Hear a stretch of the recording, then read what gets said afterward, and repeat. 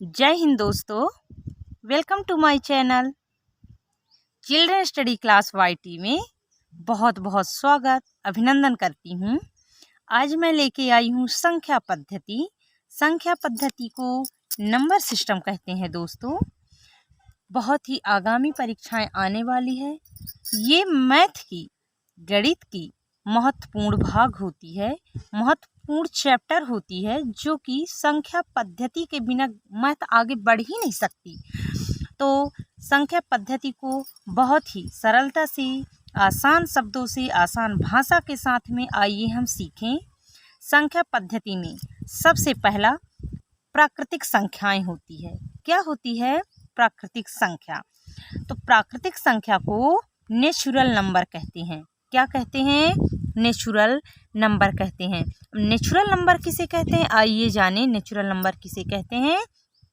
जिसे गिनती की सभी संख्याएं प्राकृतिक संख्या कहलाती है। प्राकृतिक संख्या जो कि प्राकृतिक से जुड़ी होती है। जैसे बच्चे छोटे होते हैं ना, छोटे से ही सीखते हैं 1 2 3 4, ठीक है। जिसे गिनती की सभी संख्याएं प्राकृतिक संख्या कहलाती है। यह 1 से शुरू होती है। किससे शुरू होती है?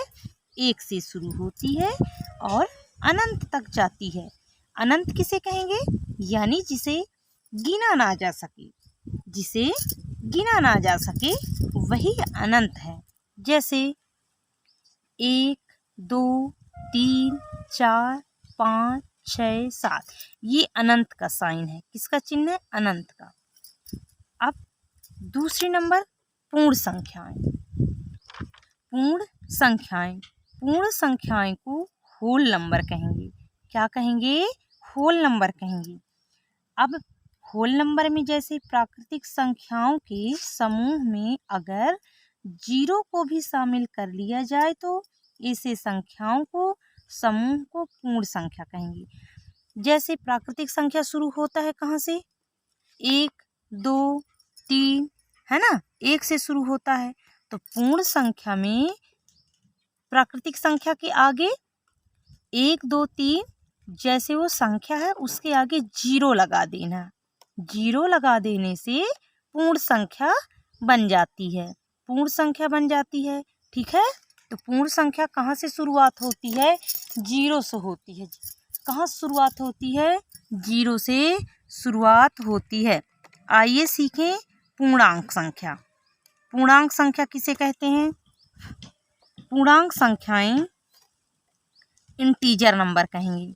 क्या कहेंगे? इंटीजर नंबर कहेंगे। इंटीजर नंबर मतलब जैसे सभी धनात्मक संख्याएं, ठीक है। सभी धनात्मक और ऋणात्मक पूर्ण संख्याएं पूर्णांक कहलाती है। अब धनात्मक ऋणात्मक क्या होती है, आइए समझते हैं। +1 +2 +3, प्लस का साइन जहाँ पे रहेगा वह क्या हो जाएगा? धनात्मक। जैसे +1 +2 +3, आगे +4 +5, ये सब बढ़ता जाएगा तो ये धनात्मक पूर्णांक हो जाएगा। और धनात्मक पूर्णांक को पॉजिटिव इंटीजर कहेंगे, ठीक है। और ऋणात्मक पूर्णांक भी होती है। क्या होती है? ऋणात्मक पूर्णांक। जैसे -1 -2 -3, ऋणात्मक पूर्णांक। ऋणात्मक पूर्णांक को निगेटिव नंबर कहते हैं, निगेटिव इंटीजर कहेंगे। अब कहेंगे 0 क्या है? 0 भाई इसमें नहीं है, तो 0 नहीं है तो 0 क्या हो जाता है? 0 उदासीन। 0 उदासीन नेचुरल इंटीजर हो जाएगा। क्या हो जाएगा? आइए अब हम इसी में सम संख्या को जानें। सम संख्या क्या होती है?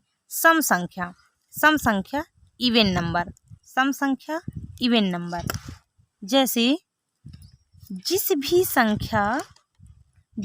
संख्या का इकाई यानी अपने जो दायां हाथ होता है, अपना जो दायां हाथ होता है, दायां तरफ का हाथ के जो पहला अंक होता है, दाहिना तरफ वाला हाथ का पहला अंक जैसे अंक दिया रहता है तो उसका इकाई अंक, जैसे इकाई में क्या होना चाहिए? 0 होना चाहिए। 2 होना चाहिए, 4 होना चाहिए और 6 होना चाहिए, 8 होना चाहिए। ये पहचान करने के ट्रिक है गाइस, पहचान करने की ट्रिक है। अगर इसमें से कोई भी अंक लिखा मिल जाए तो आप उसको समझिए कि यह सम संख्या है। क्या समझेंगे? सम संख्या।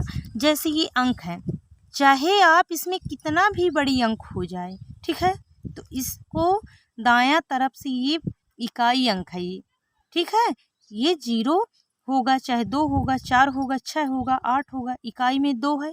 क्या पहचानेंगे? यह सम संख्या है। चाहे इधर कितना बड़ी भी अंक हो जाए, इकाई में लास्ट संख्या इधर पहला अंक जो है इकाई अंक में 2 है तो यह हो जाएगा सम संख्या। इकाई अंक में इसमें 4 है तो ये हो जाएगा सम संख्या। इकाई अंक में इसमें 0 है, यह हो जाएगा सम संख्या। इकाई अंक में 8 है, यह हो जाएगा सम संख्या। इकाई अंक में इसमें 6 है, ये हो जाएगा सम संख्या। इकाई अंक में 2, ये सम संख्या हो जाएंगी, ठीक है। आइए जाने हम विषम संख्या। विषम संख्या को ओड नंबर कहेंगे। ओड नंबर जैसे ऐसी कोई भी संख्या जिसके इकाई में 0, 2, 4, 6, 8 लिखा ना मिले, जिसकी इकाई अंक में 0, 2, 4, 6, 8 नहीं हो, तो वह क्या हो जाएगा? विषम अंक। अब देखिए, और उसमें अगर 2 का भाग आप करेंगे, जब 2 का भाग करेंगे तो बिल्कुल शेष फल तो बच जाएंगे, तो वही क्या हो जाएंगी? विषम संख्या। तो विषम संख्या की इकाई अंक में देखिए, विषम संख्या जब रहेंगे तो विषम संख्या के इकाई अंक में 1, 3, 5, 7, 9 ये होते हैं विषम संख्या की पहचान। अब चाहे इसके अंदर कितना भी बड़ी अंक हो जाए, आप इसके मदद से आप पहचान जाएंगे। इकाई अंक में 3 है, इकाई अंक में 1 है, इकाई अंक में 3, इकाई अंक में 1, इकाई अंक में 7, चाहे कितनी बड़ी नंबर हो जाए, इकाई अंक में 9 होना चाहिए, इकाई अंक में 5, यह विषम संख्या हो जाएगी। अब देखिए भाज्य संख्या। भाज्य संख्या, भाज्य संख्या को क्या कहेंगे? कंपोजिट नंबर कहेंगे। कंपोजिट नंबर को सीखें। जैसे वे संख्याएं जो अपने और एक के अलावा किसी और संख्या से पूरा पूरा कट जाए और शेष फल ना बचे, तो वह क्या हो जाएगा? भाज्य संख्या। तो भाज्य संख्या तो स्वयं से कट ही रहे हैं, एक से भी और अन्य संख्याओं से भी कट जा रही है, तो क्या हो जाएगी भाई? भाज्य संख्या। तो जैसे 4, 6, 8, 9, 10, 12, 14, 15, 16, 18 बहुत सारी अभाज्य संख्याएं होती हैं। तो मैंने अपने चैनल पर भाज्य और जो अभाज्य हैं तो बहुत अच्छे से क्वेश्चन सहित बनाई है। तो क्वेश्चन सहित बनाई है, तो वहाँ जाके आप देख सकते हैं। डिस्क्रिप्शन बॉक्स में चिल्ड्रन स्टडी क्लास वाईटी डालकर अभाज्य संख्याएं जितने पेपर में जैसे पूछते हैं प्रश्न, मैं उस हिसाब से बनाई हूँ अभाज्य संख्याएं। तो उसको आप जाके वहाँ से पूरी पढ़ सकते हैं। तो अभी तो मैं नंबर सिस्टम बनाई हूँ, अभी तो नंबर सिस्टम वाला बता रही हूँ चैप्टर। तो इसमें आप देखिए अभाज्य संख्या। अभाज्य संख्या क्या होते हैं? Prime number.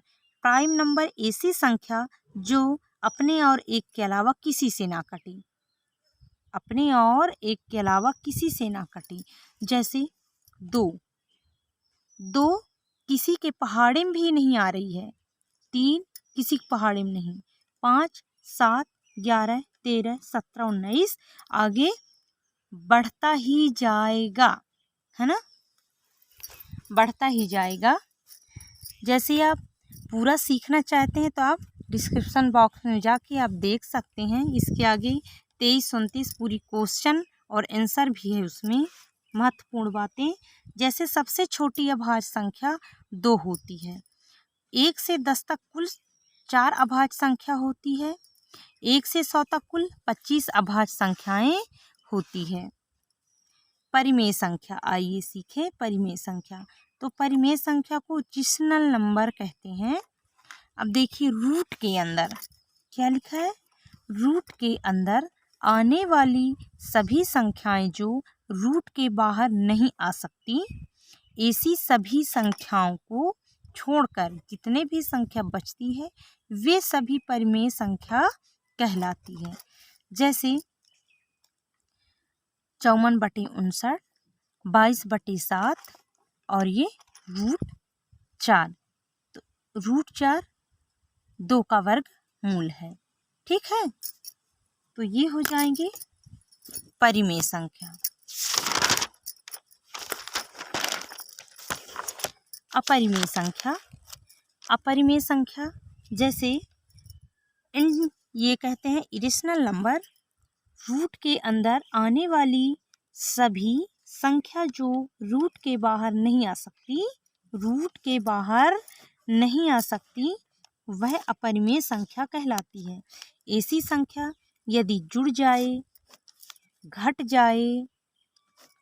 जाए और गुणा हो जाए या भाग हो जाए तो उस सामान्य संख्याओं का भी अपरिमेय संख्या बना देती है। जैसे √2, √5 और ये 2 + √3 और 4/√15। अब नोट, जैसे देखिए इसका वर्गमूल नहीं निकल सकती, पूरा वर्गमूल निकलना चाहिए, पॉइंट में भी नहीं निकलना चाहिए। अब इम्पोर्टेंट फैक्ट ये है जो पेपर में अक्सर कई बार पूछा गया है। जैसे पूछा गया है कि पाई क्या है, तो आपको बताना है पाई एक अपरिमेय संख्या है। पाई क्या है? अपरिमेय संख्या है। वास्तविक संख्या, वास्तविक संख्या क्या है? Real number. जितने भी प्रकार की संख्याएं आप सबसे ऊपर पढ़ते आ रहे हैं, सभी सब वास्तविक संख्या है। तो मेरे वीडियो को लास्ट तक देखने के लिए आप सभी को धन्यवाद।